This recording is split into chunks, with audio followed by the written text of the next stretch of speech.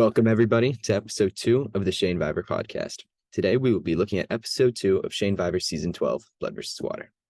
This was another very exciting round, so we have a lot to cover today. Sadly, our eliminated player Derek was unable to join me today, but hopefully we'll be able to have him back on a future episode. Since we can't talk to him, let's jump ahead to take a deeper look into the gameplay of the episode. For this part of the podcast, I'm happy to welcome in today's two guest stars, DJ and Hunter. DJ is a one-time Shanevivor player from Season 11, Tides of Death. In our biggest cast ever, DJ managed to fight his way to 9th place. Our second guest, Hunter, is a three-time Shanevivor player, placing 17th, 7th, and 2nd in his 3 appearances. Hunter is often recognized as a resident hero, playing a much more honorable and honest game than is usually played, especially in a season like All-Stars, which is the season he placed 2nd in. Let's welcome them both in to talk about the situation. Hello. Hello. Hey guys, welcome in. Happy to have you.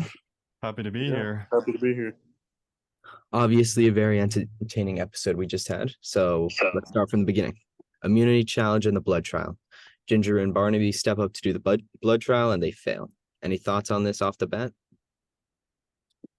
Well, blood trial is kind of tricky because in the event that you do win, you'll be given an advantage that everyone will know about, and a loss will just result in your tribe knowing you're not very good in competition. So it's kind of a lose-lose scenario. Personally, I wouldn't put myself in that situation, but risk to reward is kind of there.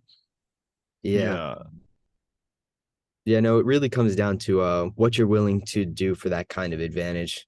I'm surprised that Daniel didn't step up in either of the first 2 episodes at this point, because he usually plays that flashy, grand kind of game, relying on idols and immunity challenges, especially starting at like the final 10.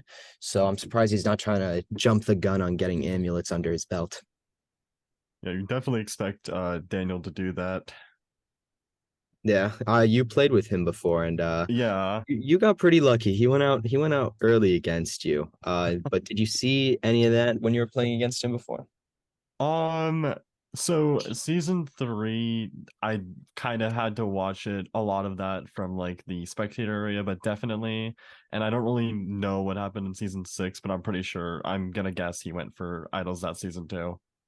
Yeah, he tried his best, but they all remembered what he was like in season 3. It was pretty hard for him. Yeah. He went in as one of the bigger targets. So honestly, this season, I'm surprised his name didn't come up like that much in the first 2 episodes. He's usually pointed out whenever people need a name. So that was pretty surprising.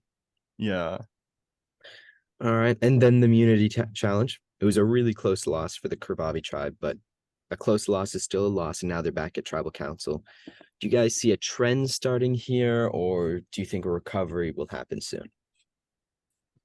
Well, considering, they're veterans, they've played here before, hopefully they can get back on track. I expect them to. Especially, I know a lot of the people on that tribe. I know they're good at challenges. Hopefully they can just step up to the plate next challenge and, show the veterans or show the fans that, that they're not to be fucked with. Couldn't have put it better myself. And I think the most surprising thing after the challenge was Ginger. He stepped up to do the challenge himself, but his name wasn't really out there. It was actually, he wasn't even pointed out as a liability at all in challenges. Derek was once named as a liability in challenges, and he didn't even compete. So that was pretty surprising to me. Definitely. Yeah.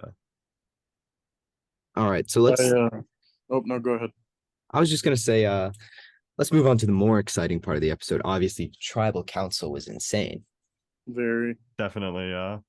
What are your thoughts right off the bat on gameplay going on? Anyone standing out as playing really well, really poorly in this episode? Really poorly. I'd have to go with the people on the bottom of the vote for the blood tribe, which is going to be Daniel, Greenbite, and Derek, of course, got voted out. Sorry, Derek. Right, of course. Yeah, no. It's a pretty stark contrast to last episode. Daniel and Greenbite were kind of pointed out as people dipping their toes in every pond, kind of getting around, which was Yeah, definitely a good start, but definitely didn't work out for them this episode on the wrong side of the numbers. Yeah, definitely did not work I, f- out. I feel like that. I feel like they are continuing with that strategy, but they were well versed with the vote. They knew what was going on, but they took a risk and it just didn't pay off.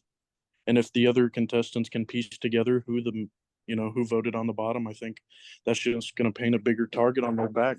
And I feel like Greenbite is playing well. I feel like he played well. The first tribal, he did great.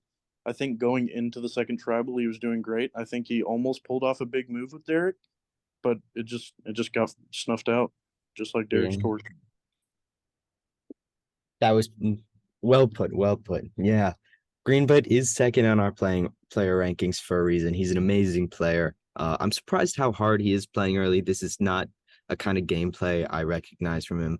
Daniel, I recognize it a little more, playing this hard right off the bat. I think another big part of tribal council was Daniel was nowhere to be seen in the No. hours leading up to tribal council. It was about 3-4 hours where he was just completely off the grid. Like Mm-hmm. that definitely impacted the vote. Who do you think was like affected the most, like in their mind, like when trying to pull off that plan? Who do you think it screwed with the most? Definitely Ginger. I mean, Ginger completely flipped.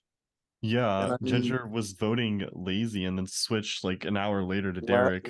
yeah, like last hour. I feel like just the pressure of Daniel not being there, Ginger knowing if Daniel's not here, oh, Michaela as well. I feel like maybe if Michaela was getting word from Daniel, like, yeah, I'm good with the plan, maybe Michaela and Ginger both stick lazy and lazy goes and Derek's still here. But, sometimes real life interferes with the game. Exactly. Yeah. So in that case it would have been a 5-5 tie, but a revote against Lazy would have cost Lazy the vote because Lazy actually used their extra vote at that tribal council, uh, which they didn't need to do because the vote ended up being 7-3. Uh that's definitely gonna hurt for Lazy down the line, losing an amulet already. Yeah. I don't blame them though. I feel anytime your name's thrown out in the game, that I mean, especially with it being a blood trial advantage. And was it known that they had that amulet? It was known because they did That's win what I in front thought. of That's everyone. what I Yeah. thought. That's what I thought. So especially, I mean, I'm sure. I mean, it was 7-10. They're gonna know an amulet was played, especially for an extra vote. So now everyone knows they don't have that extra vote. So that could be a good and a bad thing, double sided coin.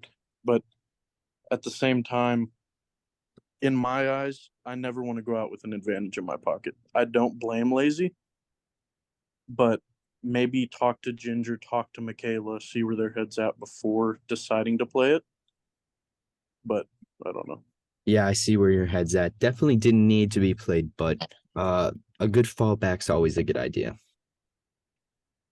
Uh, all right. Well, there isn't much to say about them, but we haven't done any of this yet. You guys want to take a quick look at the Voda tribe? There's Oh, Sure. there isn't much going on over there, but uh, some there's a interesting couple things. there's a couple of things we can talk Yeah. about. One is definitely Blandino. He is Oh, yeah. quite the player off the bat. Quite a character. Quite a character. Right off the marooning, he was quite something. He comes off a bit aggressive, harder to connect with. And then there's of course the comment he made to Omri when Omri wasn't, quite on the same page about an idea. Blandino said, and I quote, "I know you're blonde, but come on, he's a long-term threat, no?" Yeah. Yeah. That was that was that I mean, that definitely caught me off guard. I was not expecting that Me either. to any degree. Uh Especially to Amory. I don't especially I to know him. Amory from past orgs and they are a very, very intelligent person. So I just thought that comment to them specifically was hilarious. Yeah, and of course that comment was in reference to Jordan, who was Lucy's partner in the game before Lucy went home. Uh, Jordan has been a big part of the challenges so far, winning the Hangman challenge, So he's been doing some work for them.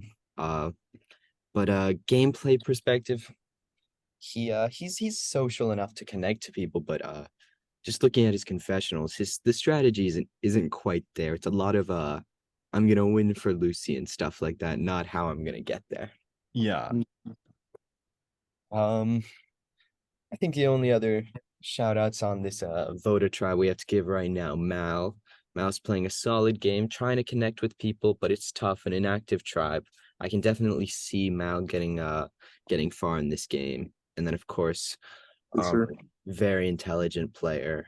Uh, it's just a matter of finding the right time. They clearly haven't been to tribal council yet, so no real strategy has been broken out. But what do you guys expect? Any strong contenders you're seeing on that tribe?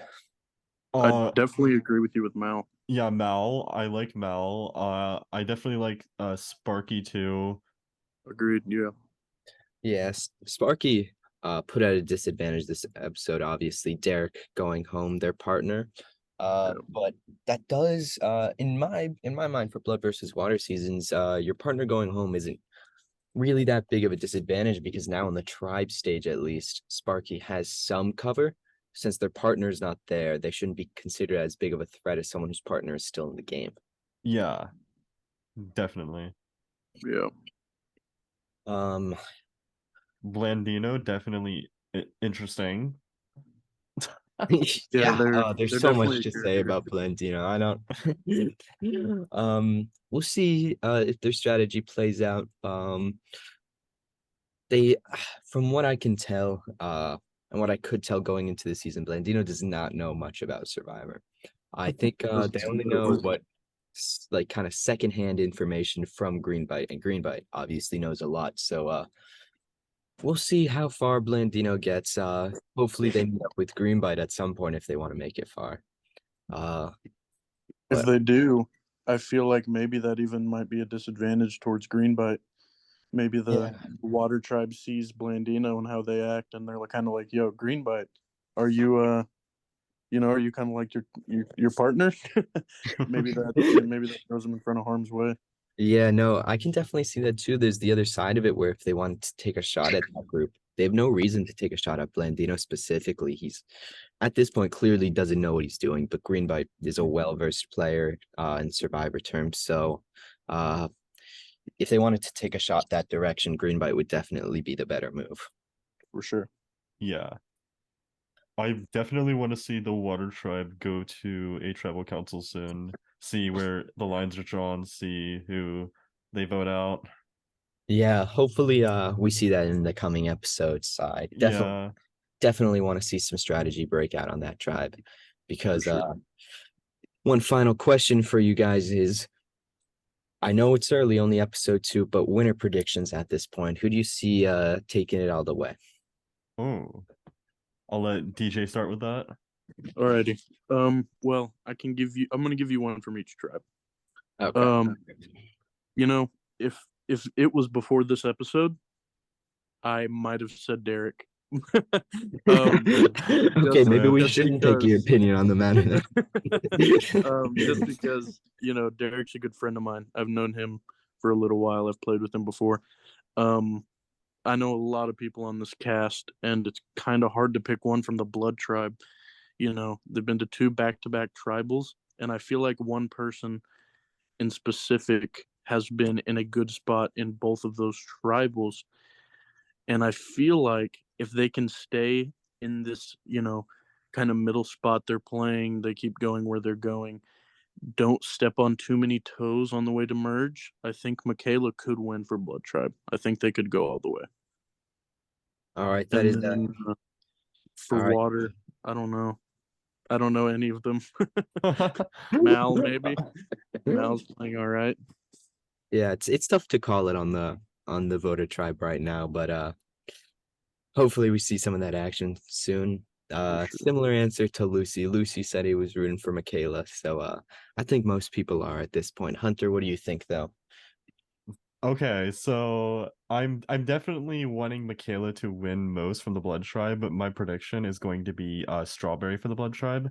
And then Water Tribe, um definitely want to see a bit more from them, like go to a tribal, see more strategy, but I'm going to say Mal as well for All that right, try. 2 votes for Mal on the voter tribe. That's interesting.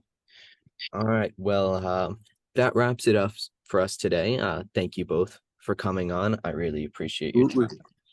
No Uh, problem. hopefully we'll get to have you back on at some point, both of you, later on in the season. That'd be great. I Yeah, it appreciate would. it. All right, thank you guys. Yep. Have a good night. Thanks for having us. You too. Thank you, everybody, for listening. I think this is another great episode of the podcast. So if you want more, make sure to like and subscribe so that we know you enjoyed it. It's been a great season so far. I can feel it's only going to get better from here. So stay tuned for future episodes.